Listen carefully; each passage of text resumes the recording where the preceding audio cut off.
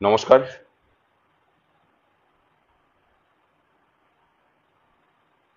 একটা বিষয় বেশ ভাবিয়ে হয়তো আমাদের সাধারণ মানুষকে দীর্ঘদিন থেকেই তুলছিল। সেটা হলো এই রাজ্যের মুখ্যমন্ত্রী একজন মহিলা হলেও মহিলাদের নিরাপত্তার বিষয়টা। দেখুন, পশ্চিমবঙ্গে মহিলাদের সম্মানহানির ঘটনা যে কখনো ঘটেনি এ কথাটা কেউ বলতে পারে না। মানে আমরা কেউ জোর দিয়ে বলিনি, বলছিও না। মহিলাদের উপর অত্যাচার, সেই মহিলা কোন দল করেন, তার অত্যাচারী কোন দলের সদস্য, তার উপর বিচার পাওয়া না পাওয়াটা কিন্তু পশ্চিমবঙ্গের দীর্ঘদিনের রীতি। বাস্তবটা হচ্ছে আমরা এই রাজ্যের মানুষ সেখান থেকে বেরোতে পারিনি, হয়তো বেরোতে চাইওনি। কিন্তু 2011 সালের পর থেকে এই ঘটনাটা একটা প্রাতিষ্ঠানিক রূপ নিয়েছে। কারণ এই রাজ্যের এখন যারা দুর্বৃত্ত, যারা খুনি, যারা ধর্ষক, মোটামুটি সবাই শাসক দলের আশ্রিত, খুব আদরের সন্তান তারা, আদরের ভাই বলতে পারেন আর কি, মাননীয়ার প্রিয় ভাই বোন। সেই অবস্থায় দাঁড়িয়ে আমরা একের পর এক ঘটনা ঘটতে দেখেছি। এমনিতে দীর্ঘদিন আমাদের বাঙালিদের যা চরিত্র, যে প্রতিবাদী চরিত্র, তাকে এই রাজ্যের শাসকরাই কিন্তু সুপরিকল্পিতভাবে নষ্ট করেছে। আমরা বুঝতে পারিনি যে কখন আমরা আমাদের চরিত্রটাকে হারিয়ে ফেলেছি। আমাদেরকে কোনো সময় বুঝতে দেওয়া হয়নি যে আমাদের উত্তরসূরিরা অন্য কেউ নয়। আমাদের উত্তরসূরিরা হচ্ছেন বিদ্যাসাগর, স্বামী বিবেকানন্দ, রবীন্দ্রনাথ, নজরুল, ক্ষুদিরাম, নেতাজি সুভাষচন্দ্র বোসরা। আমরা ভুলেই গেছি আমরা আমাদের পূর্বজদেরকে যে ভাবে আমরা দেখেছি, মানে এলিটিস্ট বাঙালি যে ছবি আধুনিক কালের বাঙালিদের সামনে তুলে ধরা হয়েছে, কাঁধে ব্যাগ ঝোলানো থাকবে, লম্বা লম্বা চুল থাকবে, তিনি অর্ধনারীশ্বর হওয়ার একটা প্রচেষ্টা করবেন এবং তার কোনো কিছুতে যায় আসবে না। আমরা তো অল্পে খুশি, কি হবে দুঃখ করে, মানে এইরকম একটা অ্যাটিটিউড নিয়ে থাকলে আপনি ঠিক এলিটিস্ট বাঙালি বলে গণ্য হবেন। এবং এটাই আমরা আমাদের চরিত্রের মধ্যে যোজন করে নিয়েছি।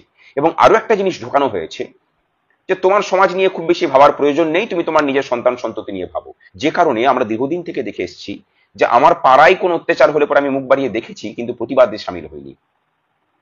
আরজি করের যে ঘটনা ঘটেছে সেটা বিচ্ছিন্ন নয়, বরং বিগত 12 বছর ধরে প্রতিষ্ঠান যেভাবে আমাদের আত্মসম্মানকে নিয়ে, আমাদের আত্মসম্মানটা এই কারণে বলছি যে আমি একজন পুরুষ মানুষ, কিন্তু কামদুনির নির্যাতিতা মেয়েটাও আমার বোন, তার সাথে রক্তের সম্পর্ক না থাকতে পারে, জাতিগত সম্পর্ক আছে। পার্ক স্ট্রিট বলুন, আরো হাজার হাজার ঘটনা, কত ঘটনা আমরা জানতে পারি না, যেগুলোর থানাতে নথিভুক্ত পর্যন্ত করতে দেওয়া হয় না। এরপরে দেখলাম আরজি করের ঘটনা আমাদেরকে নাড়িয়ে দিয়ে গেল। এক একটা ঘটনা থাকে না যেখানে আমাদের মানে বিবেককে নাড়া দিয়ে যায়, যেভাবে নির্ভয়া কাণ্ড ঘটিয়েছিল। প্রতিদিন ভারতবর্ষে ধর্ষণ হয়, প্রত্যেক মুহূর্তে হচ্ছে। দুঃখের এবং আতঙ্কেরটা হচ্ছে তখন যখন প্রতিষ্ঠান নিজে সজাচিতভাবে ধর্ষক এবং খুনিকে আড়াল করার দায়িত্বটা নিজের কাঁধে তুলে নেয়। তখনও যদি আমরা শিক্ষিত মানুষ ঘরের কোণে নিজের পরিবারের ওমে আরাম করে বসে থাকি, তাহলে বুঝতে হবে যে আমরা জ্ঞাতে এবং অজ্ঞাতে নিজেদের ধ্বংসটাকে চাইছি। সেটা যে চাইছি না, বিগত 1 মাসের উত্তাল প্রতিবাদ আমাদেরকে অনেক কিছু জানিয়ে দিয়েছে। মানুষ যেখানে চাইছেন দলীয় পতাকা ছাড়া প্রতিবাদ, অনেক বিরোধী দলকেও দেখছি যে পতাকা ছেড়ে দিয়ে তারা প্রতিবাদে নামছেন, কিন্তু কিছু কিছু পেটেন্টধারী মানুষ তারা পতাকা ছাড়তে পারছেন না। এবং বিভিন্নভাবে আরো সুবিধাভোগী গোষ্ঠী আছেন রাজ্য সরকারের। মমতা ব্যানার্জির সুবিধাটা হচ্ছে এখানেই যে প্রচুর সুবিধাভোগী, মানে সুবিধাভোগী গোষ্ঠী তৈরি করতে পেরেছেন তিনি, যারা এই আন্দোলনটাকে এখন বিভিন্ন মঞ্চ তৈরি করে বিভিন্ন রকমের কর্মসূচি দিয়ে টুকরো টুকরো করতে চাইছেন, যাতে করে মানুষ এক স্বরে কথা বলতে না পারে এবং সেই চাপটা সরকারের উপরে গিয়ে না পড়ে। কেউ কেউ সোনার পাথর বাটি চাইছেন। রাজ্যের পুলিশ মন্ত্রী, স্বরাষ্ট্রমন্ত্রী, মুখ্যমন্ত্রীর পদত্যাগ চান না, স্বাস্থ্যমন্ত্রীর পদত্যাগ চান না, কিন্তু শুদ্ধিকরণ চান। কাদের শুদ্ধিকরণ? যারা বিগত 12 বছর ধরে আমাদের যে মা বোনেরা ধর্ষিতা হয়েছেন তাদের চরিত্র নিয়ে প্রশ্ন করেছেন। যিনি প্রশ্ন করছেন তিনিও একজন নারী, তার শুদ্ধিকরণ চাইছেন। খুব ভালো। মানে তার পদত্যাগ চাইলে তিনি রুষ্ট হতে পারেন এই আশঙ্কা থাকছে বুঝি? রাজ্যের মানুষ কিন্তু এটাকে ভালোভাবে নিচ্ছেন না। রাজ্যের মানুষের কাছে আবেদন থাকবে, সমস্ত রকম দলীয় ছোঁয়াচ এড়িয়ে চলুন, পথে নামি, একসাথে হই। একসাথে না হতে পারলে ডাক্তাররা পৃথক লড়বেন, শিক্ষকরা পৃথকভাবে লড়বেন, ট্যাক্সি ড্রাইভাররা পৃথকভাবে লড়বেন, জোম্যাটোর ডেলিভারি বয়রা আলাদাভাবে লড়বেন।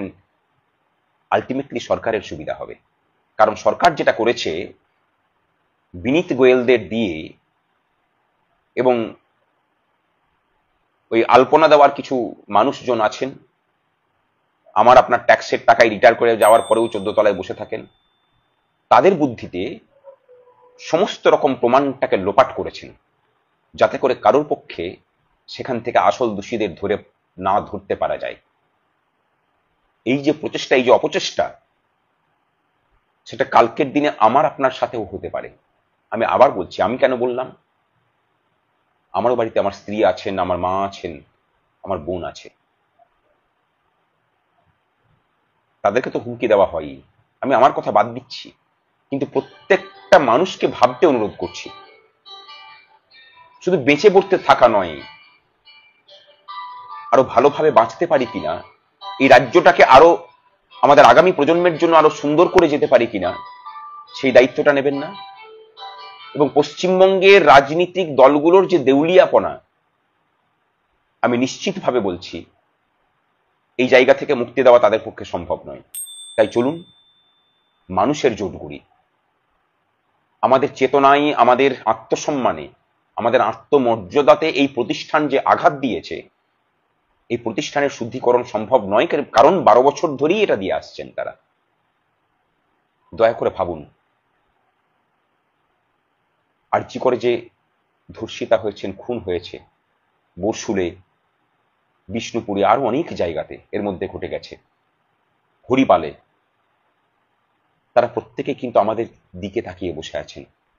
তাদের প্রতি যারা পাশবিক আচরণ করেছে, সেই পশুগুলোর, অবশ্য পশু বললে পরে পশুদেরকে অসম্মান করা হয়, সেই না মানুষগুলোর আইনগতভাবে শাস্তি হবে কিনা আমরা পারি না চেষ্টা করতে?